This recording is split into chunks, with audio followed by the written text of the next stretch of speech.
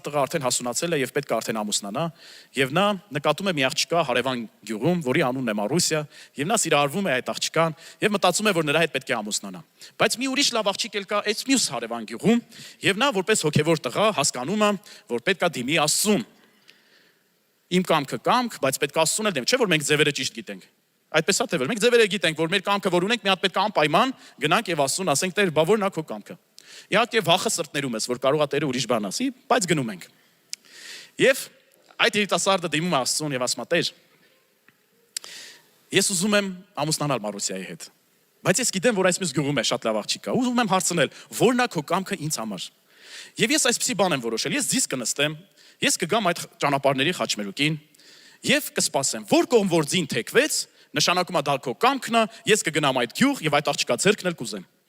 Այսպես աղոթում է, որոշում է, նստում է իր ձին, գալիս է այդ ճամփաբաժանին, հասնում է ու պարզվում է ու պատկերացնում եք ձին, թեքվում է դեպի այն մյուս գյուղը։ Տղան կանգնացնում է ձին, մի դադար է վերցնում, արագ կողմնորոշվում է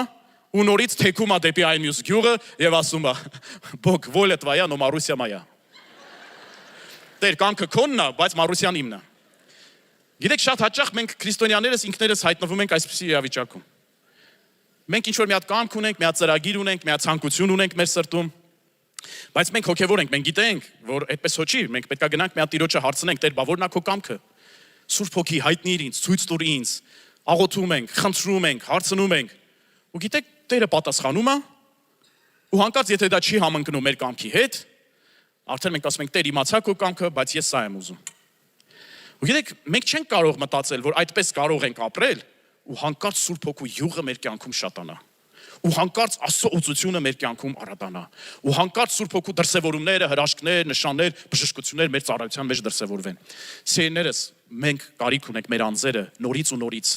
նվիրելու, ընծայելու Տիրոջը, Սուրբ Հոգուն, նորից ու նորից նրան հրավիրելու մեր կյանքի մեջ, որ նա իր գործը անի, որ նա մեզ սովորեցնի ինչպես մենք հնազանդվենք Տիրոջ կամքին, ինչպես դա մեզ համար փափագելի լինի, ինչպես երբ որ մեր Տերը կասի, չէ, ոչ թե այս ճանապարհով գնա, այլ այս ճանապարհով գնա, մենք կարող ենք կանգնել, վստահ երկնքի ու երկրի առաջ ասել, իմ Աստծո կամքը ինձ համար բարի է, հաճելի է եւ կատարյալ է։ Ես զոհաբերում եմ իմ կամքը, Տեր, թող քո կամքը լինի երկրի վրա։ Ամեն, հալելույա։